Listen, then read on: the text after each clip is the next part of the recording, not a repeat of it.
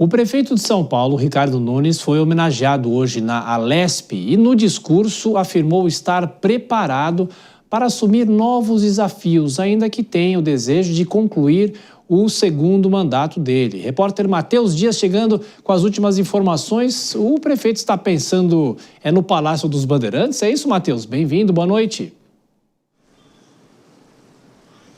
Pois é, Tiago. Boa noite para você, boa noite a quem nos acompanha também. Uma boa sexta a todos vocês. O prefeito Ricardo Nunes, então, ele participou de uma cerimônia hoje na Assembleia Legislativa de São Paulo, na Alesp, onde ele recebeu um prêmio de honraria. Ele recebeu o Colar de Honra ao Mérito, que é o maior prêmio da Alesp, dado a um político ou até alguém do Poder Legislativo. Esse colar, esse mérito foi entregue pelo presidente da Alesp, inclusive André do Prado.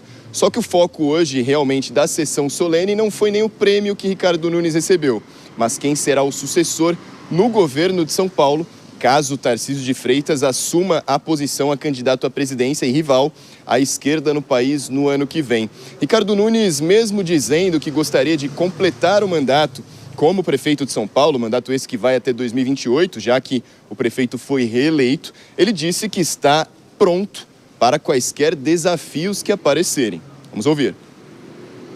Muita gente aqui falou um pouco do futuro. Eu, sinceramente, desejo concluir o mandato, mas se algum desafio vier pela frente, eu vou estar sempre às ordens para poder trabalhar pela nossa cidade, pelo nosso estado.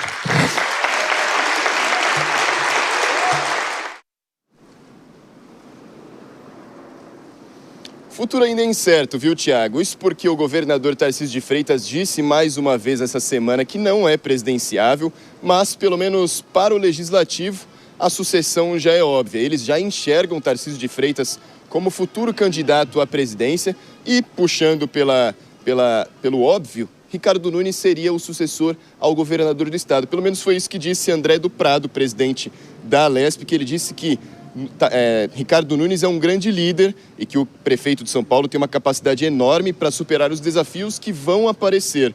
Quem disse isso também foi o ex-governador de São Paulo, Rodrigo Garcia, que falou que quem administra a cidade de São Paulo está pronto para tudo. O governador Tarcísio de Freitas, então, que além de aliado político, é classificado e considerado publicamente como amigo pessoal de Ricardo Nunes, ele não compareceu à ação solene. Ele está cumprindo, então, uma agenda de governo no interior de São Paulo, mas ligou para Ricardo Nunes, ele e a esposa Cristiane Freitas, ela também deu os parabéns a Ricardo Nunes pelo prêmio, pela honraria recebida hoje, mas o governador não falou mais nada sobre sucessão, não citou esse assunto.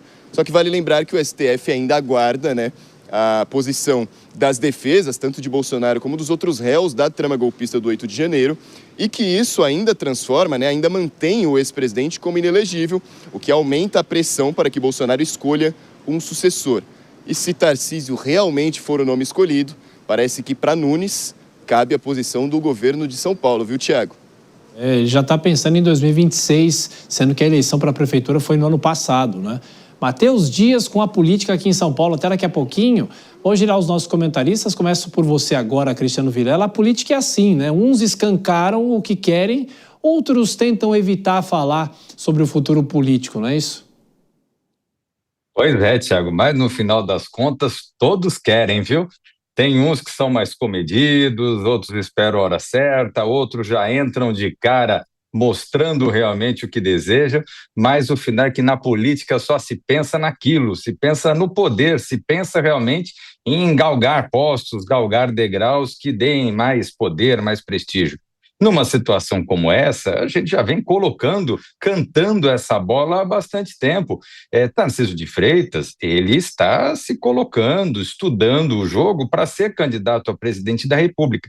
Ele não pode se antecipar, sob pena de se queimar com Jair Bolsonaro, seu padrinho político, principal nome do ponto de vista eleitoral no campo conservador, e, ao mesmo tempo, ele também não pode apostar todas as fichas porque ele tem uma possibilidade bastante crível de reeleição aqui no estado de São Paulo. Então, aos poucos, ele vai se posicionando, tentando sentir realmente se vai dar pé. E, em paralelo, o prefeito de São Paulo, Ricardo Nunes, vai também ali se posicionando, sem sem dizer muita coisa, mas já se colocando, porque justamente uma vez tirando Tarcísio de Freitas da corrida ao Estado de São Paulo, dentro desse campo do centro-direita, o nome que tem maior votação, maior cacife eleitoral é justamente o de Ricardo Nunes. Então ele vai se posicionando, em alguns momentos ele vai fazendo questão de deixar claro as suas reais pretensões.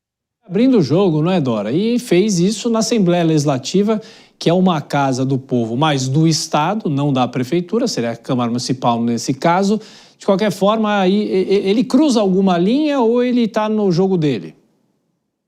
Não, ele joga na ambiguidade. Essa frase do prefeito é o retrato do problema em que está a direita, que é indefinição, né? Ninguém pode se definir porque fica lá todo mundo parece que preso na tornozeleira do Jair Bolsonaro, porque depende da decisão dele, até o momento em que não depender mais, que as pessoas resolvam que não depende.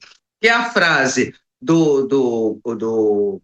por que eu digo que é ambígua a frase? Que ele diz assim: eu gostaria de completar meu mandato, mas se vier um desafio, ora, ou bem ele quer completar o mandato, ou bem ele está aberto aos novos desafios que aparecerem no meio do caminho. As duas coisas são excludentes, são opostas, por isso que eu digo que ela é o retrato da indefinição. Ninguém pode dizer coisa nenhuma, enquanto o presidente Lula lá na Indonésia diz que vai ser candidato à reeleição, até porque o campo político dele não tem outro nome, os adversários, o outro campo, o campo oponente, o campo adversário, fica nessa ambiguidade.